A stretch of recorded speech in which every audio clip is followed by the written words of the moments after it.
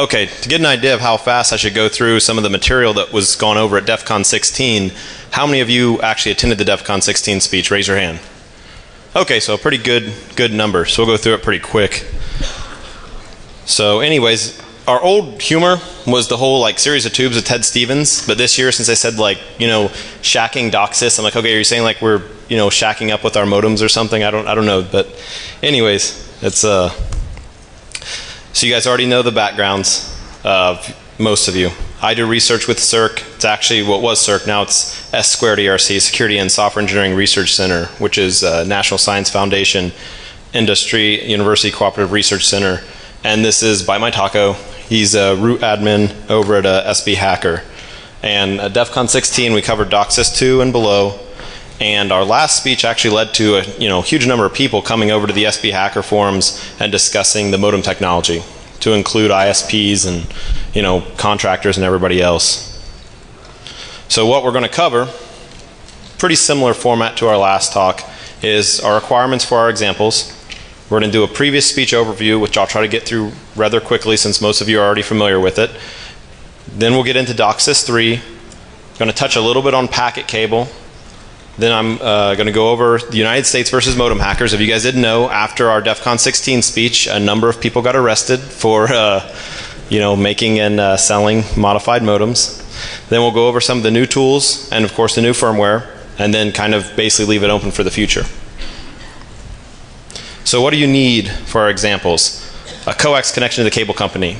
Now, everyone wanted me to stress that had seen the last speech that I'm talking about a legitimate connection to your cable company, because I guess supposedly I was telling people to climb poles or something, but I'm actually not. I'm saying, yeah, go ahead and pay for your connection to your cable company. In SPI JTAG cable, then there's a number of modems. Last time we were focused on the 5100 or the 5101. Now we're talking about the surfboard 6120, SPV 6220, DPC 3000, all DOCSIS 3 cable modems.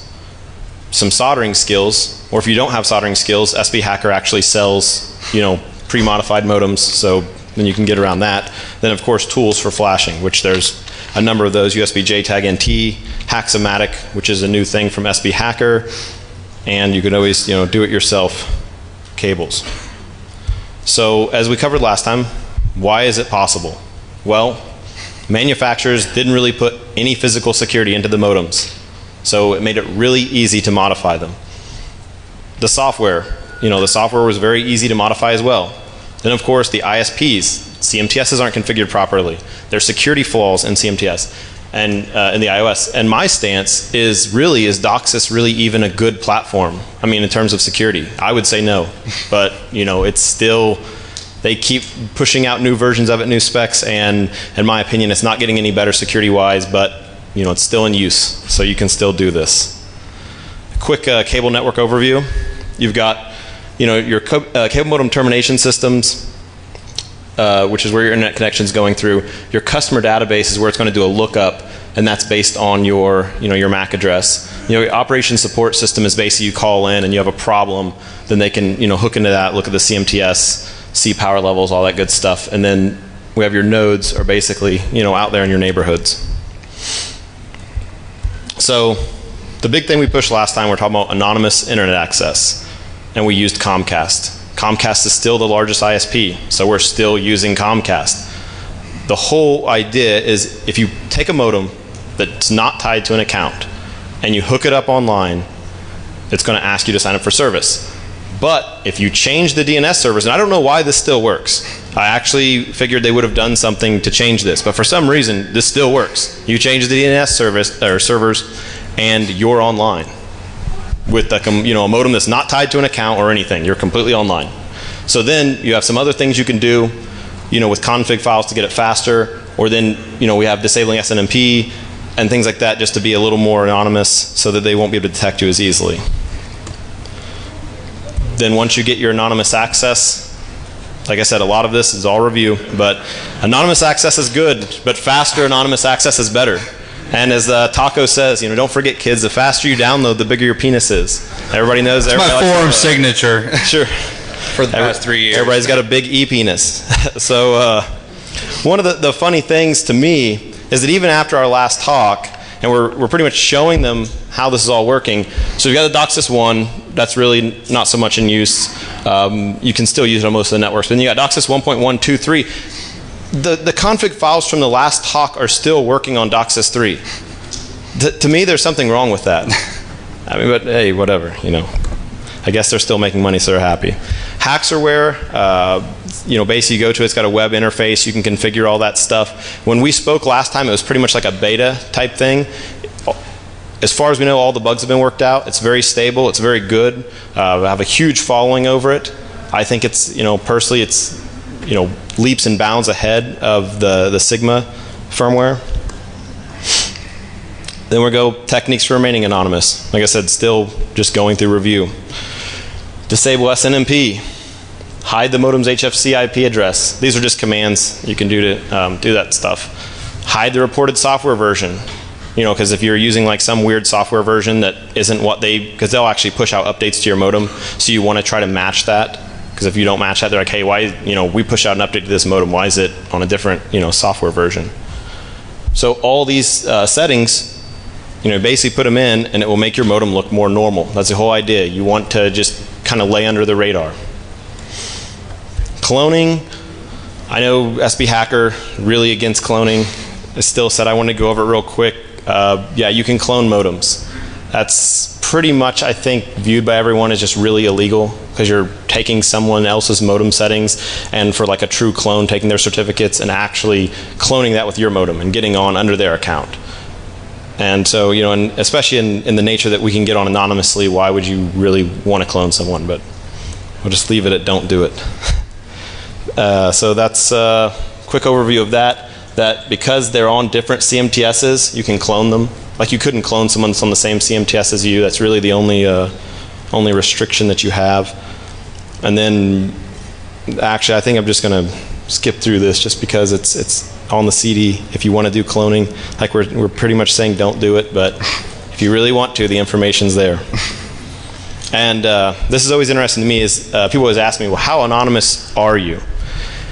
And from what I can tell, and from techs that I've talked to, people that work higher up some of the ISPs, they can pinpoint down to a node, is what I call a node, like a CMTS, yeah, a neighborhood, but not a specific house. Or a tap. Or a tap. So if you're like, you know, you're a big convicted hacker and you have a record, this might not be so anonymous for you. Because maybe if you pull up some large hack and they actually say, okay, we go to this IP address, it's not tied to an account, but we know it's in this general neighborhood. Are there any convicted hackers that live around here? Well, you know, there your name pops up. So I think it's still fairly anonymous, but it's not perfect. There's also, some ISPs will pull for poor signal levels. So the solution we gave is to use a drop amp. Had a pretty good response from that for people that were trying this stuff out. Said they were able to maintain good signal levels. Nobody had any Comcast trucks or party vans or anything coming out and giving them a hard time. The ISPs sometimes do perform routine audits. I mean, sure you guys are familiar with, you know, your neighbor gets cable or something, the guy goes up there. If he's a contractor, he probably doesn't care. If it happens to be somebody that does care, they might look and say, hey, that tag's not supposed to be hooked in, and unhook it. And then, you know, some ISPs have adopted and implemented at a cost, regional operating centers. I think you said South Florida? Yeah, somewhere. South Okay. Florida. He'll get into that later, but most of them haven't. So, list of precautions. If you're going to play around with this stuff, doing the, you know, diagnostic modem and actually putting modems online, personal precautions, I'd say don't transfer personal information over unencrypted connections, ever. Sure, BPI is enabled. Yeah. BPI enabled? Yeah. Yeah. Okay. Keep an eye out for the party van, it's like to say. Cable technicians, FBI, whatever. You know, you see like a bunch of Comcast trucks coming, you might, you know, start unhooking your modems. Just a word of advice. Pay for service. I really, and I you know, I'm not a lawyer, but I strongly feel that if you're paying for the service, then it is going to be a lot harder for them to say that you're actually breaking the law. I think at the point that you're paying for service and you're putting another modem online, it's technically a terms of service violation, but not a theft of service. I mean, that's still arguable, but just saying it's better to pay for service. If you're actually paying for service, they're definitely not going to go after you as hard as they would if you're just blatantly, you know, climbing the pole, hooking it in, and ripping it off.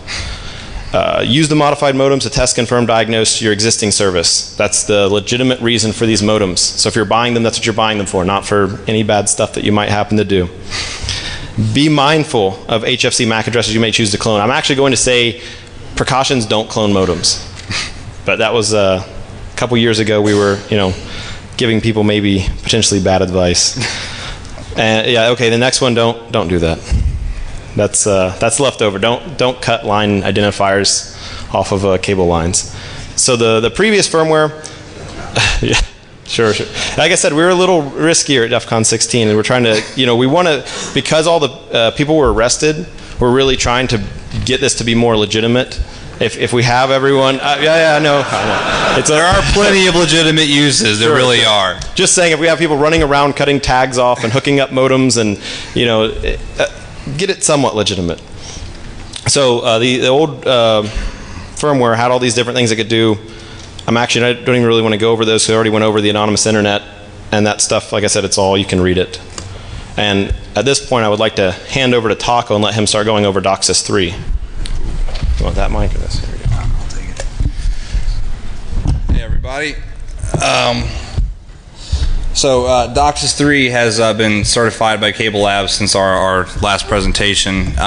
Basically, it's just DOCSIS 2 with channel bonding, native IPv6, like it says, and optional AES encryption. Before, they've been using 56-bit DES for BPI and BPI+. As far as the RF stuff goes, DOCSIS systems like in America, South America, use a 6 megahertz wide channel for the downstream. It can handle 43 megabits per downstream channel. EuroDOCSIS, if you're lucky enough to live in Europe, they have 8 megahertz channels, can handle about 55 megabits per channel. DOCSIS 3 spec calls for a minimum of 4 downstream and 4 upstream bonded channels. So basically, you're getting a lot more speed. Let's see here. So I had a little too much to drink before you come up here. It's okay.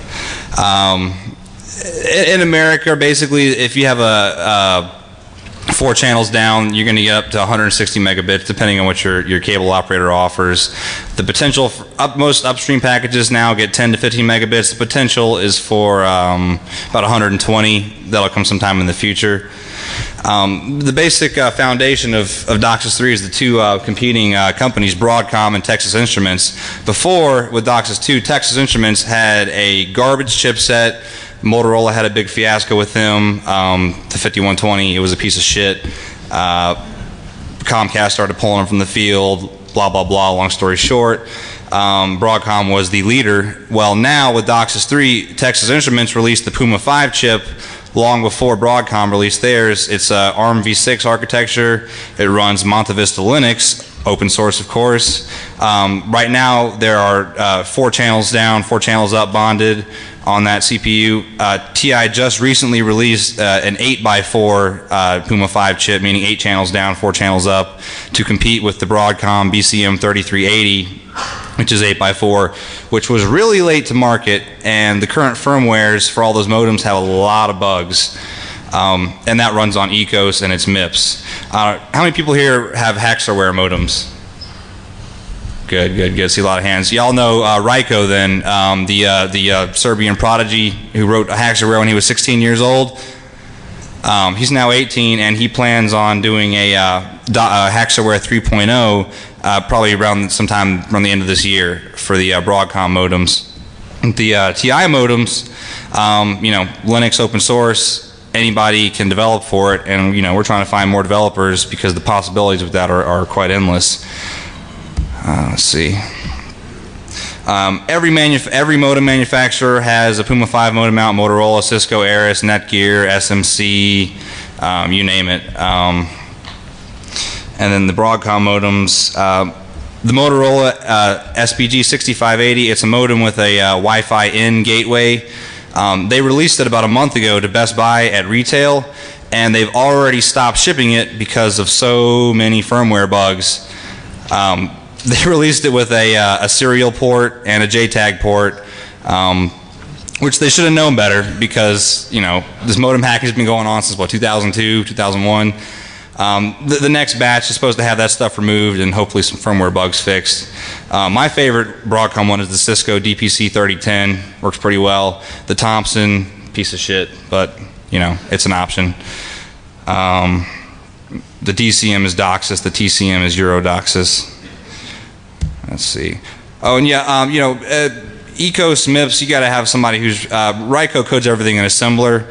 He plans on doing Haxaware, but the Puma 5 I think is going to be the big popular thing, since anybody can develop for it who is a Linux developer. As far as American DOCSIS 3 offerings, Comcast has the most D3 offered in America. Competitor to FiOS and other fiber to the whatever services. Comcast, for $100 a month or $80 a month, you get 50 megs down, 10 megs up. There's a 100 meg down, 10 meg up business package, and it's about $300 a month. If you hack your 6120, you can pull 120 megs down and 15 megs up. You can. I'm not saying you should do that. Charter. I don't wear a Comcast shirt. I don't have Comcast. It's just more for the irony. Charter has a 60 meg package, 175 meg coming soon. Cablevision up in New England, they claim the fastest internet in America, 101 megs down for $99 a month. It's pretty cool. Time Warner, Roadrunner, they are very slow in deploying DOCSIS 3 right now. They've hit New York City, I think Dallas, but they are dragging their heels. So if you got Time Warner, I feel sorry for you. I have Charter. I just got DOCSIS 3 about a month ago, and I love it. It's great. And then, in Europe, some of those companies are already offering the 8-channel bonded downstreams. There's not that in the USA yet. One of my friends in Norway pulls about 170 megs down with a 6120. It's pretty sick. And the potential, potential with eight channels bonded downstream is about 400 megabits. Yeah. Packet cable. They really want me to talk more about this than I should. Just as a proof of concept, packet cable is, anybody have cable phone service, Comcast Digital Voice? That's run on packet cable, which runs on top of DOCSIS.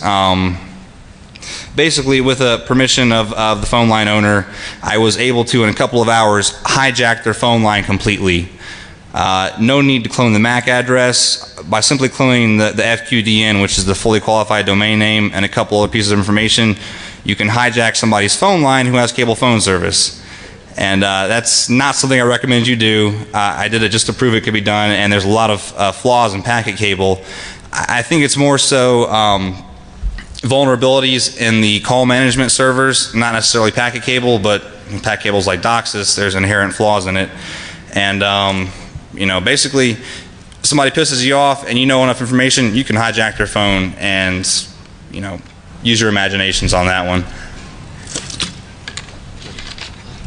Let's see. I'm going to pass this back to Blake to talk about some of the people who have been arrested since 2008. There you go. All these people getting arrested, actually at the end you'll see a very important lesson. That is from one of my friends. He's actually in prison right now, unfortunately. But over, if anybody heard of the TJ Maxx hacks, Stephen Watt. And so I got a picture from him to show you guys, just to push a message to everybody, the hacker community in general. We got Tom Swingler, a.k.a. Macedog. He was the first guy that was arrested. I think it was actually big enough. It ended up being on G4 at Hack of the Show or whatever. But he's got a nose job. So anyways, that heavy media attention. The case ended up being dismissed after 6 months without any official reason. But what ended up happening is Macedog then snitched on Mass Mods. So you also had TC and ISO. You guys, anybody who went to our last speech heard about them. They kind of started a lot of the cable modem hacking in general. That's Ryan Harris, a.k.a. Duringle. He was arrested in October of 2009, generally regarded the godfather of cable modem hacking. How did he get arrested? Snitched on by D-Shocker. He's currently out on bond awaiting trial. So we'll go on to the... Duringle actually literally wrote the book. It's called Hacking the Cable Modem. No Starch Press publishes it. They probably have it in the vendor area, but literally he wrote the book on it. And he was the big fish, and they busted him based on a snitch. And we believe that he's innocent, but that's Sure. my opinion. So then you have massmods.com, Matthew Dollery, arrested February 2010. He advertised pre-configured modems to steal service from Comcast, which is obviously a no-no. You don't say, hey, steal Comcast here. But still, again, he was raided after being snitched on by Mastodog. He's expected to plead guilty, of course, the way the case is set up. You have a, what's that? This guy, he's so freaking stupid. He was on YouTube with videos, how to steal from Comcast, how to steal Dish Network with an FTA box. On his forums, he had tutorials on how to get away with murder. He sold lockpicks. This guy's just a freaking moron. So he's getting what he deserved, but yeah, he got snitched on. So that's the bottom line. So we had the very small bust in South Florida, where theft of service is apparently... In South Florida, there's a joke that trafficking illegal cable modems has taken over popularity in trafficking cocaine. And the people in the retirement homes down there are sitting there with chrome rims on their wheelchairs, soldering up modems and shit. So a couple key things is all the current arrests have involved theft of service. Selling pre-configured devices that are set up to steal service. Except for Duringle, he's innocent. Okay, well, except for Duringle. And using modems for legitimate diagnostic purposes is still, by our belief, completely legal. The key factor that I like to, point out is that the majority of arrests have been by snitches. So it comes to my next slide, which he wants me to send a picture to this to him in prison. So if anyone takes pictures of this, can actually email it to me. But that's a brief message from Stephen Watt. He gave a speech at Defcon 10 with Gobbles and Silvio, and he's a Unix terrorist, but he's basically saying, hey, stop snitching. That's why half of you guys end up going to jail is narc each other out. If everybody would just not say things, half the time they wouldn't even have, sometimes they have evidence, but a lot of the times they wouldn't. Now we're going to go ahead and go into the new tools and firmware, which Taco is going to cover that. Ready? Okay. There you go. Sorry, bouncing back and forth. Okay, we got the Motorola 6120 out about a year ago, started playing with it. We went over before. I had an orange modem with me, the Motorola factory diagnostic modem with the shelled firmware. We had that firmware before the modems even came out, and basically, Duringle, the guy from TCN ISO, for a while was working on something called Dream OS, which is going to be a Linux-based operating system that could just do anything. It never came to fruition since he got busted, but lo and behold, Texas Instruments released their reference firmware for all the Puma 5 modems, Monte Vista Linux. And so basically, they gave us Dream OS, fully capable diagnostic firmware to consumers, and that's very cool. Let's see. We don't have a name for the firmware yet. Nothing cool like Hackserware. We're just calling it SBH Alpha. We're on build 1.1 right now. It's kind of like DDWRT, OpenWRT. Anybody can develop for it. Motorola and all the manufacturers, they've released their source code, but I'm going to say this, and hopefully this is not slander, but they are all in violation of the GPL because they have not released compilable sources. They've not released the Monte Vista toolchain. Whatever they're releasing can be compiled, but it won't run on the ARM architecture. So hopefully maybe someone in this room can help us get Motorola to stop violating the GPL. Anybody? Lawyers? No? I'll talk to EFF. Last time we spoke here, there were about 25,000 users on the SB Hacker forum. As of today, we have about 69,000, close to 70,000 people on our forum. And let's see. I talked to Ryko. He plans on making Hackserware 3.0 for their Broadcom modems sometime around the end of this year. So those of you who have Hackserware know that's going to be freaking awesome. And then DOCSIS 2 modems mostly use parallel flash chips, and we used JTAG to flash those. All of the new modems, DOCSIS 3 whatnot, have SPI flash chips. So we've had to switch over to new programmers that support SPI and system programming. There's the USB JTAG NT. It's a proven device. It's very good. Ryko, the guy who did Hackserware, has been working on for 6 months to a year the Hacksomatic using a FTDI chip. It does JTAG, SPI, and it has a serial port, USB to TTL. It's all in one. I actually have one right here. It's really small. Oh, there's a picture of it there. And then that works with Tom's JTAG utility, the software that Ryko's writing, blah, blah, blah. You can build your own parallel port SPI programmer. But that's for, all the new modems have SPI flash chips, basically. Let's see. The SPH Alpha firmware, we really didn't have to do a whole lot to it because Texas Instruments gave us basically everything we need. We just modified some of the scripting so you can force your own config file. Disabling firmware updates from your ISP is automatic. If you want to enable it, you can do so. Disabling SNMP so they can't pull your modem after it's online. Ryko's a MIPS guy. He doesn't know ARM, but he actually figured out how to disable BPI Plus and BPI, so we're using that for people who choose to do so. Now, if you disable BPI, all of your traffic goes over the network unencrypted, and the nature of HFC networks is that your neighbors can sniff your traffic, and if it's not encrypted, your email passwords and anything not secure is going to be, vulnerable to your neighbors running Wireshark or whatever. At Defcon 16, there's a packet-o-matic speech. Guy Martin. So it actually is a tool to sniff DOCSIS traffic. If anybody's interested, you can look that up. Yeah, he gave a speech at the same time we did it at 16, and a lot of DOCSIS engineers were very concerned after they saw the video of it, and they've all started enabling BPI. It took Charter, BPI has been around since '99. It took Charter about 10 years to enable it, but they were bankrupt, so can't blame them. Let me see. We have the one of the checks they use now is checking your firmware version. We have the latest firmware for this.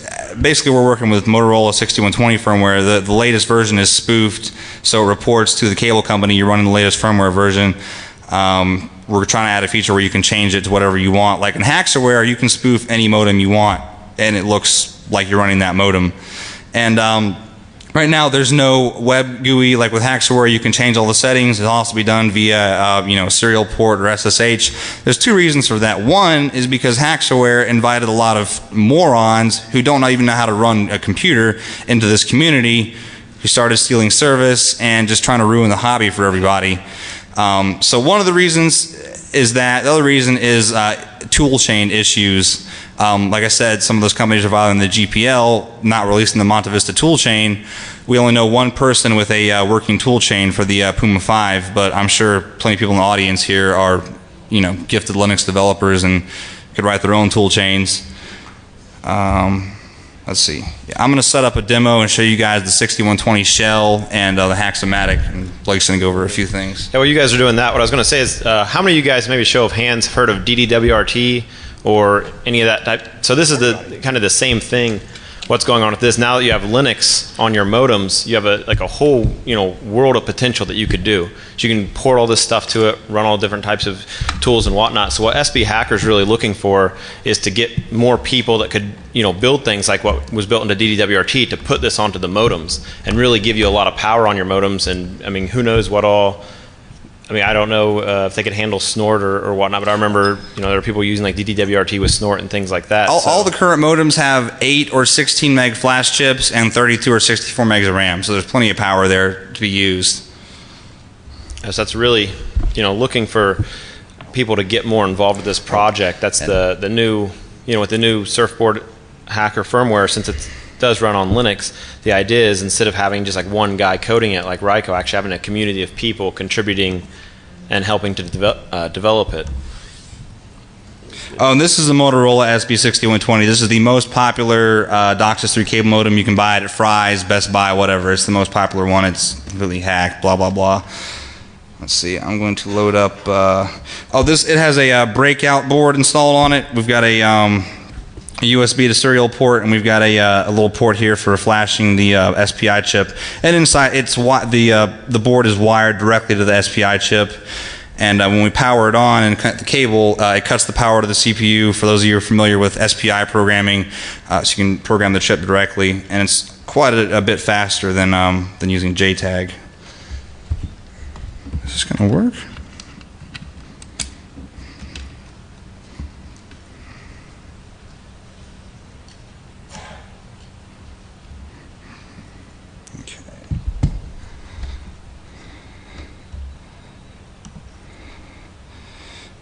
There you go. Bootloader is decompressing the firmware, starting all the processes.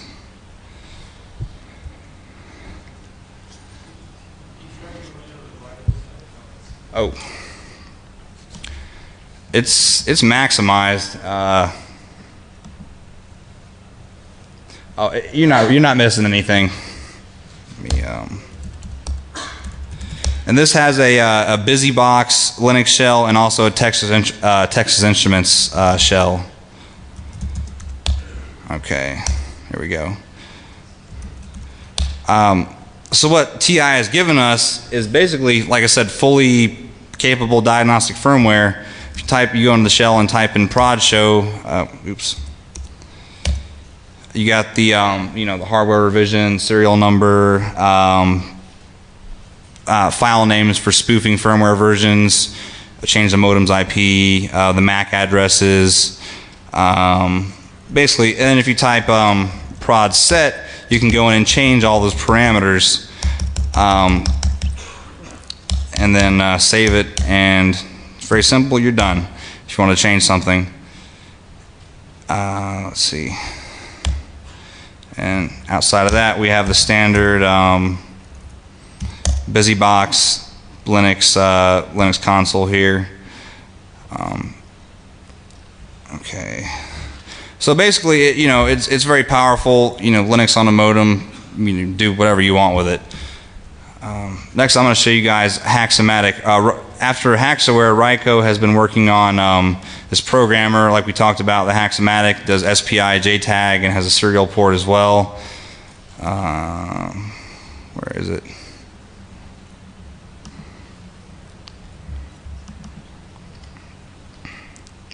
He was up apparently all night last night programming this for me, just as a Defcon demonstration. And there's a lot of people who are working with this FTDI chip, making their own programmers. This one's just targeted for, it does cable modems, Xbox 360 NAND, anything with SPI. I know he programmed a Foxconn motherboard BIOS with it. He programmed an Acer, one of those new 3D monitors with it, just because he felt like it. No, USB JTAG has a Cypress chip and some other chip in it. This is FTDI, just one chip. I have a USB JTAG NT with me. It's a good thing, but the software sucks. It really does. This software is GUI, and it's trying to be more user friendly. And this is actually about twice as fast on SPI reads and a little bit faster on writes. It generally reads about 2 megabytes per second. And writes, the 6120 will write about 200K a second. The newer expansion flash chips will write about 475K a second. I do not have one of those modems with me that has one of the newer chips. So I plug it in, it cuts the power to the CPU, and let's see. Oh, and the Haxomatic lets you choose your clock speed for programming, 30 megahertz right now. And detect, we've got a expansion flash chip, and then just reading the flash right now. Right now he's still finishing up the software. We're beta testing it, and see it's pretty fast. Read 8 megs right there. So we're going to put this into mass production once the software is finished, and it's a really cool device. So I just read the whole flash. I can write it back. I can program any of these areas, flash the firmware, whatever, what have you. There's another application that does, you can program PIC controllers as well. Basically anything that this chip will handle. Let's see. Oops. Hey, how do we get back to the slide we were at? Just keep hitting right. You're at, sorry, I'm trying to figure out where we left off. Keep going. It's on SPA checker. Keep going. A couple more. One more. There you go. That's where you were. Already went over that stuff. There you go. Oh, new tools. Yep. There's some various tools that some of our admins and members have written. This one is SNMP cert grabber. will scan the HFC network for modems that are in factory mode. If it finds one, it'll grab the certs, the MACs, and whatever you need if you're going to be cloning. Of course, like we said, don't do that. Exactly, yeah. There may be the way tools I for see it, this, if you pay for, say Comcast, you pay for 50 megabit service, you're paying $100 a month.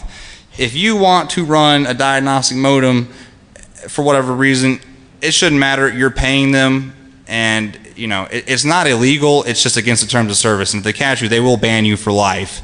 But it's not against the law. So there you go. That's the way I see it. But they probably don't agree with me because I called them monkeys last time I was here. And there's a Comcast executive who's like their head of broadband, who's an active member of the SP Hacker Forum, and when noobs come on and say, oh, my modem's not working anymore, why, blah, blah, blah, he comes on and talks shit to him and laughs at him. But they actually, Comcast and the rest of the big ISPs use our forum to find out what the holes in their system are and how to fix them. But they failed to fix them after 2 years. This is true. How much time do we have? I thought after speaking, in 2008, that they would immediately increase security. The major companies, Comcast, Charter, Time Warner, Cox, really have not started increasing security until this year, enforcing BPI Plus, which verifies the MAC address based on a certificate, which is issued by VeriSign. And the reason for all the security holes still is that they're still allowing DOCSIS 1.0 modems on their networks. DOCSIS 1.0 had no way to verify that. All it has is BPI, which encrypts your traffic, but they did not have BPI Plus, which verifies the MAC and serial number to the certificate. And Comcast has tried to get rid of all the 1.0 modems on their networks, but there's still holes in Comcast because their walled garden is not configured correctly, and the rest of the ISPs just, there's just so many holes in DOCSIS 1, and they don't want to spend the money to go out in the field and replace all these modems with DOCSIS 2 modems, 3, whatever. What's that? Depends on where you are, though. I've heard Cox Las Vegas is fairly secure, but it really depends. What's that? Other locations are a lot better. I don't know. I don't have them, but I know people are hacking DOCSIS 3 on Cox, but some ISPs take more time than others to figure out how to do it. He's right. This is a program one of the other admins wrote that it allows you to back up. If you're going to hack your modem, you want to back up the flash chip before you do that, because if you just fuck it up, you want to have an original backup. If you don't have an SPI programmer, you can use this utility to back it up via the virtual COM port through the, they're using the U-boot bootloader for the Puma 5 modems. So that's pretty cool. People are wondering, how do I back up my full flash without buying this $60 programmer? Well, we have an application for it now. Blake, do you want to talk about this? I can. I'll stay here. Basically, the future, I'm not really sure what they're going to do about the problems will actually fix them or not, but one thing that we had thought, the botnets, the faster that home users' internet connections get, the bigger threat botnets will be. If you think about it, like botnets on like dial-up is not, you have to have a huge number of machines actually cause, sufficient denial of service attack. If you have people on DOCSIS 3 with these really high speeds, all of a sudden you don't need as many computers. So that's always I'm sure some of you have dedicated servers. Average your port speed's probably 100 megabits. Some of you have a gigabit. Take 10 DOCSIS 3 modems on Comcast with 10 megs up. That's a 10 modem botnet to knock out your server.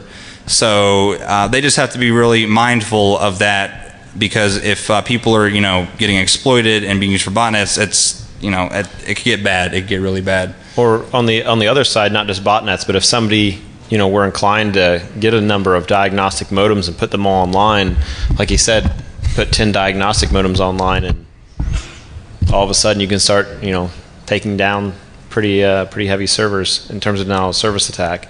Also, with the futures of, I think there's a good possibility they're going to keep trying to crack down on the modem hacking, but it's kind of tough, and I haven't actually seen any real convictions. And that's what I'm wondering, what's going to happen with these cases. Yeah, Mastodog's case got thrown out.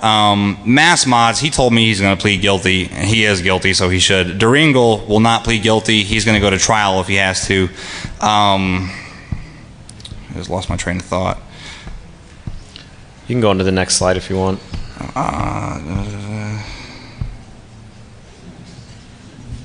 I'm sorry, I had too much to drink.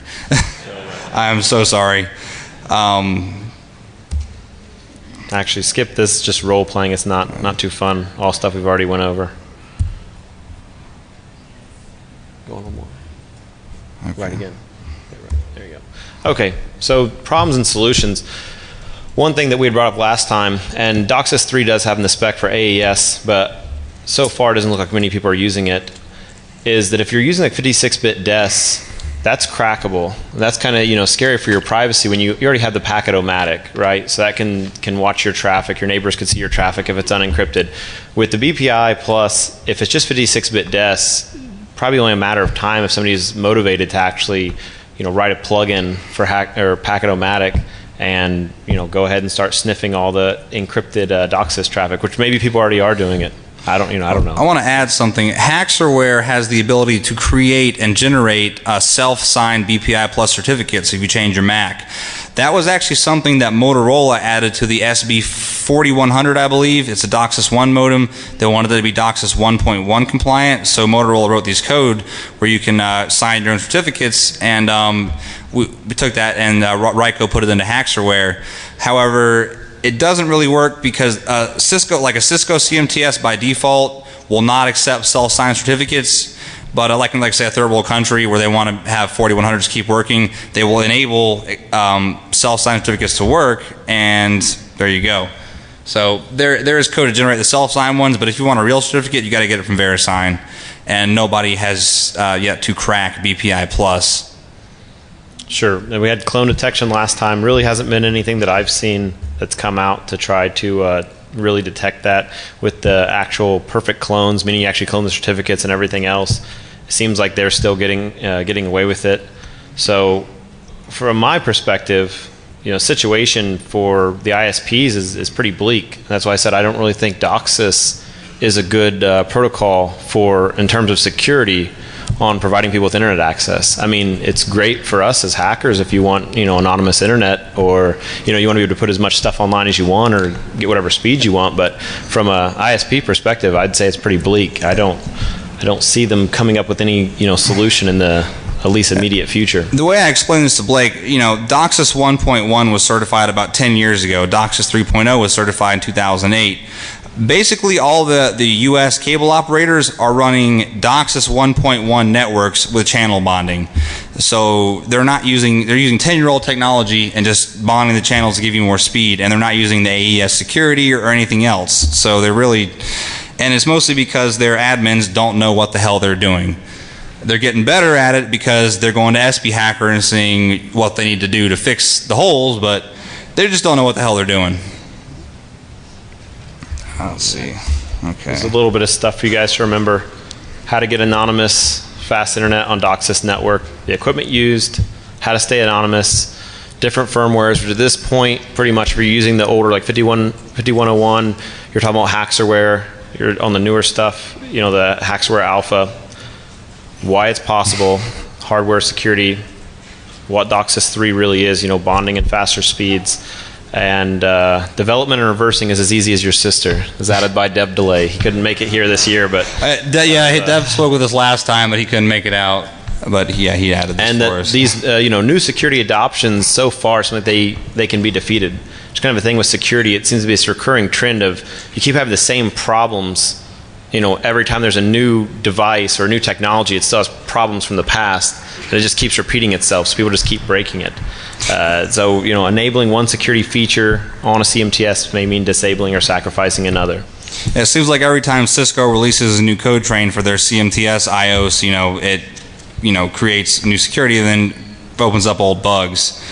I know, and Cable Labs has a tiered qualification system for the CMTSs. They have bronze, silver, and gold, I believe, like Olympic medals. Cisco and Aris, which is the majority of use in the world, they're all bronze certified, meaning they can only do downstream bonding, not upstream. Casa Systems has gold certification for theirs, but they're really a small company and nobody's using them. I have a friend down in South Florida who has upstream bonding, and he's the only person I know who has 4 channels bonded upstream, but he still only gets 5 megs up. But it's coming, and potential for upstream speed is DOCSIS has become more symmetrical as opposed to the past where it's been really asymmetrical. Thanks. Sorry about that. We have our thanks. I have a couple minutes left. All the anonymous network technicians that answered questions about OSS for me, Duringel, he essentially started this whole thing, so a big thanks to him for that. Got Ryko, DevDelay, Bad84, Detox, Scanman1, BM Hoff, Spender, Snaggle, Peerup, Cisco Ninja, the UT, and the entire surfboard hacker community. The anonymous cable modem hackers who shared their stories with us and actually gave us enough information to verify that that was the case. Of course, the manufacturers for creating such insecure hardware and software, sbhacker.net and soldierx.com. And thank you, everybody. Yeah.